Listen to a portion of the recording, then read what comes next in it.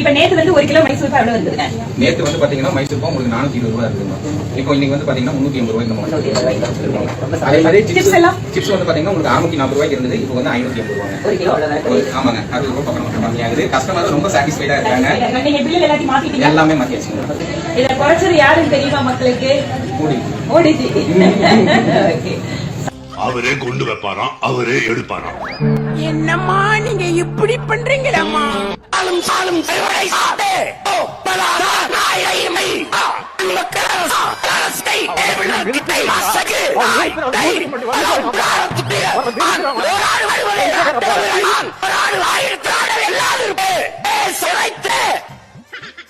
தலை குனிஞ்சு வச்சு ஆஸ்பத்திரிக்கு போங்கடா பொட்டைங்களா. விஜயை எதிர்க்கிறது இல்ல, தம்பிதான் என்னை எதிர்த்து பேசினாரு மேடையில. நான் கேள்விதான் கேக்குறேன். இங்க சண்டை சிங்கத்துக்கும் புலிக்கும் தான்.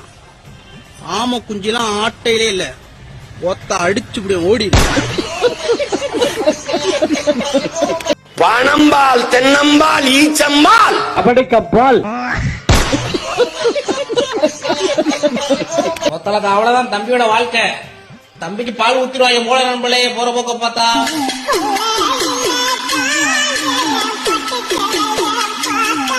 யாராவது மேலதிகாரி ஊமத்துல எங்க கேட்டா ஒரு கலவரத்தை வித்தியாசமா அடக்க போயிருக்காரு சொல்லு. நான் அவ்வளவு வருமானத்தை விட்டு விட்டு வானுவ வீட்டு வாசல எவன்டா நீ? அவன் வாட்ச்மேன் கூட நிக்கலையடா. ஏன்டா இந்த மாதிரி போய் தலையிற? எஜமா சீமா அரசியலுக்கு வாங்க அப்படின்னு ஒண்ணு யாரு கூப்பிட்டான்? எந்த நாதாரி கூப்பிட்டான்? உன் வீட்டு வாசல்ல ரோட்ல நடக்கிற நாய் கூட வந்து நிக்கல. நீங்க அரசியலுக்கு வாங்கன்னு கூப்பிடல. எதுக்கு வந்து அரசியலுக்கு? திறனெழுதி பிரிச்சு வாயில திங்கல. முழுசா 1 வருஷம் கூட ஆகல அரசியலுக்கு வந்து, அதுக்குள்ள அண்ணாமலை சீமான்னு எல்லாரையும் தூக்கி சாப்பிட்டாரு எங்க விஜய்னா. அந்த அளவுக்கு நல்லாவா பேசுறாரு? இல்ல, அளவுக்கு மீறி பொய்யா பேசிட்டு இருக்காரு. அது வேற. நாங்க வந்து கோடி கோடியா கொள்ளடிச்சு வச்சுக்கிறோமா. அவரு உழைச்சி சம்பாதிச்சான். போடா ஊர் தாலி அர்த்தவன 10 ரூபா டிக்கெட்டை 2000 ரூபாய்க்கு வித்தவன் படுவாய்வாங்க.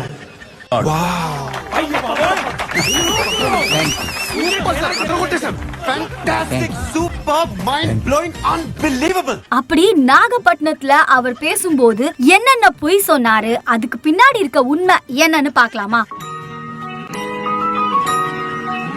நாகப்பட்டினத்துல விஜய் பேசும்போது காவிரி தண்ணியை கொண்டு வரலாம், மக்களோட தாகத்தை தீர்க்க கொண்டு வந்தாங்களா அப்படின்னு கேட்டாரு. உண்மை என்னன்னா, நாகப்பட்டினத்துல ஏற்கனவே காவிரி கூட்டு குடிநீர் திட்டம் செயல்பாட்டுல தான் இருக்கு. நாகப்பட்டினம் நகராட்சியோட தரவுகள் படி தினமும் 6 மில்லியன் லிட்டர் தண்ணி விநியோகம் செய்யப்பட்டு வருது. என்னங்க அது இப்படி ஆயி போச்சு? இவ்வளவு பாரம்பரிய கடல் சார்ந்த ஊர்ல ஒரு கவர்மெண்ட் மெரைன் காலேஜ் ஒன்னு கொண்டு வரலாம், கொண்டு வந்தாங்களா அப்படின்னு விஜய்னா கேள்வி கேக்குறாரு. ஆனா நாகப்பட்டினத்துல 2012ல இருந்தே டாக்டர் ஜெயலலிதா மீன்வள பல்கலைக்கழகம் செயல்பட்டுட்டு தான் இருக்கு. ஏமாத்துறவனை விட ஏமாறவன் தான் குற்றவாளி நீங்க அடிக்கடி சொல்லுவீங்க. நான் ஏமாத்துட்டேன்ப்பா. கடலோர கிராமங்கள்ல மீன் அரிப்புல இருந்து பாதுகாக்கிற அலையாத்தி காடுகளை அழிக்கிறத பத்தி தடுத்து நிறுத்தி அதுக்கு ஒரு வழி பண்ணணும். ஆனா உண்மை என்னன்னா, அரசோட முன்னெடுப்பால அலையாத்தி காடுகள் பரப்பளவு முன்ன இருந்ததை விட 2 மடங்கு அதிகமா இருக்கு. தமிழ்நாடு அரசு புள்ளி விவரப்படி 2021 வருஷம் 45 சதுர கிலோமீட்டரா இருந்த மேங்க்ரோவ் காடுகளோட பரப்பளவு இப்போ 90 சதுர கிலோமீட்டரா அதிகமா இருக்கு.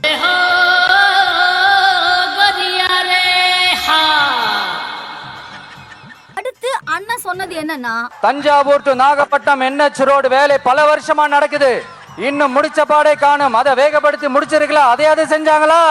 ஆமா, நீங்க சொல்றது கரெக்ட் தான். ஆனா தேசிய நெடுஞ்சாலை அப்படின்றது ஒன்றிய பாஜக அரசோட கட்டுப்பாட்டுல இருக்கு. அப்போ தேசிய நெடுஞ்சாலை சரியில்லைன்னா பாஜகவையும் மோடியையும் குறை சொல்லணுமே தவிர இப்படி மாநில அரசை பார்த்து கத்தக்கூடாது விஜய்னா. மத்த மீனவர்கள்னா இந்திய மீனவர்கள், நம்ம மீனவர்கள்னா தமிழக மீனவர்கள் அப்படின்னு கேட்டாரு. தமிழ்நாட்டு மீனவர்கள் பிரச்சனையை பொறுத்த வரைக்கும் அது இந்தியா இலங்கைன்னு 2 நாட்டு பிரச்சனை. இத இலங்கையும் ஒன்றிய பாஜக அரசும் பேசி தீர்க்கணும். ஆனா தமிழக மீனவர்கள் கைது செய்யப்படும் போது அவங்கள விடுவீங்கன்னு சொல்லி ஒன்றிய அரசுக்கு தமிழ்நாடு முதலமைச்சர் கடிதம் எழுதியிருக்காரு. ஆனா இதுவரைக்கும் ஒரு அரசியல் கட்சி தலைவர் கூட ஒன்றிய அரசுக்கு ஒரு கடிதம் கூட எழுந்தது கிடையாது விஜய். மீனவர்களோட உயிர் எந்த அளவுக்கு முக்கியமோ அந்த அளவுக்கு ஈழ தமிழர்களோட அவங்களுடைய கனவுகளும் அவங்களுடைய வாழ்க்கையும் நமக்கு ரொம்ப ரொம்ப முக்கியம். நல்லா சர்க்கஸ் பண்றான் நீ.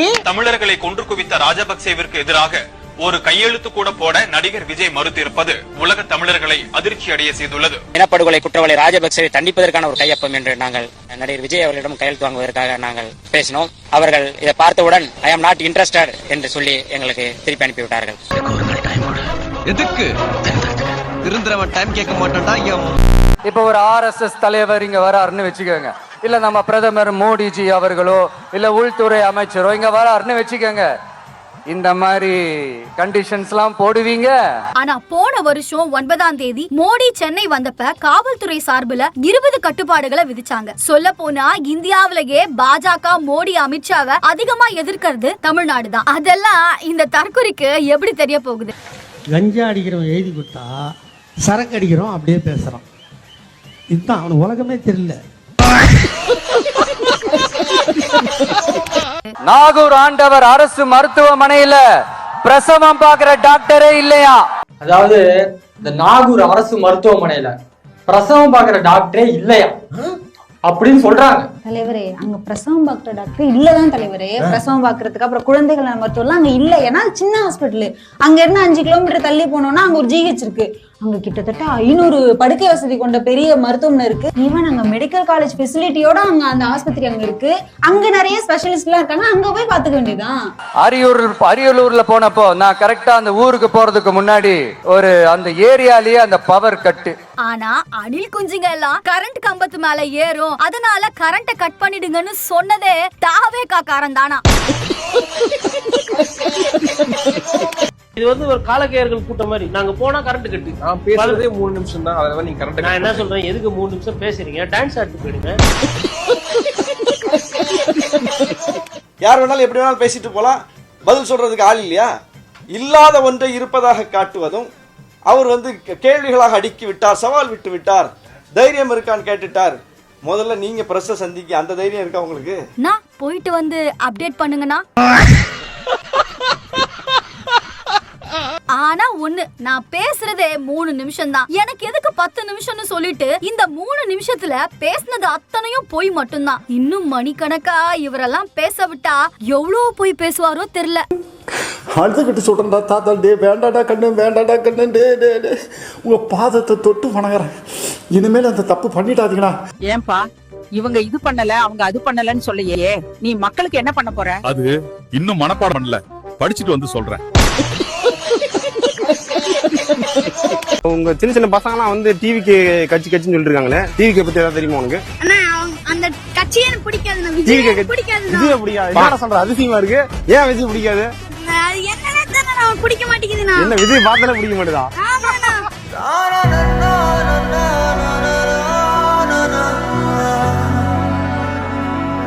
அப்பாடா, எப்படியோ இத பத்தி பேச போறாரு. எத்தனை நாள் ட்ரோல் பண்ண வச்சிருந்தாங்க. அதுவும் சனிக்கிழமை எங்க பார்த்தாலும் இந்த சனிக்கிழமை ஏன் வராரு, அங்க மட்டும் வராருன்னு ஒரு கேள்வி. நல்ல பாயிண்ட் சொல்ல போறாரு. உங்களுக்கு எந்த ஒரு இடையூறும் வரக்கூடாது. நீங்க வந்து ஃப்ரீயா வந்துட்டு போகணும். உங்க வேலையெல்லாம் பாதிக்க கூடாதுல்ல. இடையூறு இவரு நம்ம சொல்றாருப்பா, இவரால் தான் நம்மளுக்கு இடையூறு. அவங்க அப்பா பேர்ல பேனா வைக்கணும்னு சொல்றீங்க, எல்லா இடத்துக்கும் அவங்க அப்பா பேரை வைக்கிறீங்க. சாரி, உங்க அப்பா பேரை வைக்கிறீங்க. அந்த இடத்துக்கு கலைஞர் நகர் அப்படின்ட்டு வைக்கிறதா நான் கேள்விப்பட்டேன். அது மட்டும் பார்த்தாது, அந்த இடத்துல கலைஞர் அவர்களுக்கு ஒரு சிலை வைக்கணும்னு நான் ரொம்ப ஆசைப்படுறேன்.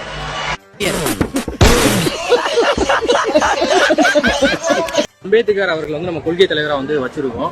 தலைவர்களும் முக்கியமான தலைவர்களா வச்சிருக்கோம். இந்த நீங்க கூட கட் அவுட்ல வந்து சட்ட புத்தகத்தை விஜய் அவர்கள் கையில கொடுக்குற மாதிரி வச்சிருக்கோம். ஆமா, திருநெல்வேலியில் நடந்த ஆணவ படுகொலை குறித்து விஜய் அவர்கள் வந்து எங்கேயுமே பதிவு செய்யல, இரங்கல் தெரிவிக்கல, கண்டனம் தெரிவிக்கல. எதற்காக?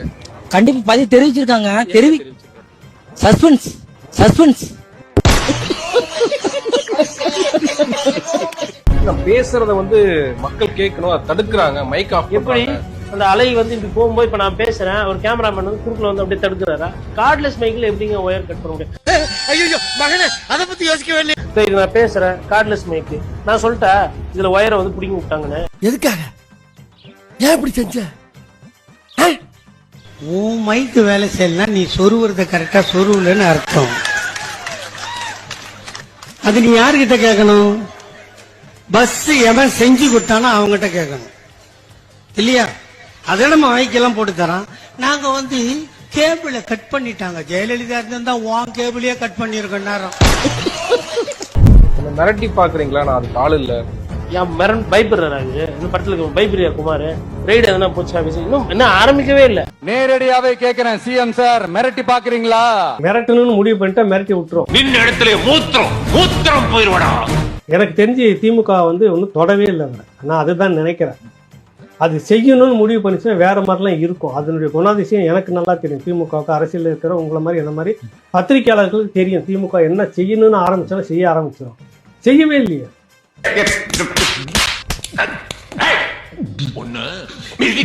மிதிச்சா மூத்திரத்தோட ரத்தமும் போண்டா.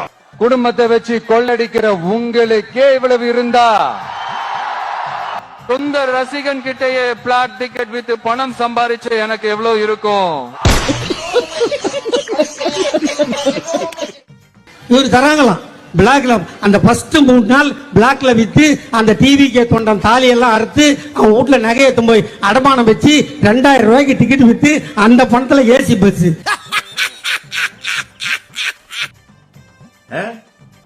உனக்கு வந்து கரண்ட் கட் பண்ற லைன் மேனா அவர் ஒரு தேச தலைவர் சொல்றான். நான் வர இடத்துல எல்லாம் கரண்ட் கட் பண்றீங்களே சிஎம் சார், வாடா நல்லா வரப்போகுது வாயில. கோவப்படாதீங்க சார்.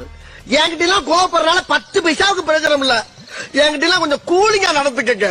அதான் உங்களை மாதிரி ஆளுகளுக்கு டீசென்ட். சொந்தமா உழைச்சி சம்பாதிச்ச எனக்கு எவ்வளவு இருக்கும்? மூஞ்சி எல்லாம் காசு கொடுத்து பார்க்கணுமான்னு கேட்டவங்க எல்லாம் இருந்தாங்க. ஆமாடா நீங்க பார்க்கணும் அப்படின்னு சொல்ல வச்சு இப்படி ஒரு அழகான பிளாட்ஃபார்ம் போட்டு கொடுத்து இன்னைக்கு இந்த உச்சத்துல இருக்கிறதுக்கு ஒரு காரணம் இந்த தகப்பன் மேல நான் நடவடிக்கை எடுப்பேன்னு ஒரு பிள்ளை வந்து ஸ்டேட்மெண்ட் கொடுத்திருக்காரு. அவர் புகைப்படம் மீடியால வரணும், பேப்பர்ல வரணும், அதுல வரணும், இதுல வரணும், என் புள்ள புகழடையணும்னு நினைச்ச ஒரு தகப்பனுக்கு இப்படி ஒரு வார்த்தை வேண்டாம் சார். Thank you sir.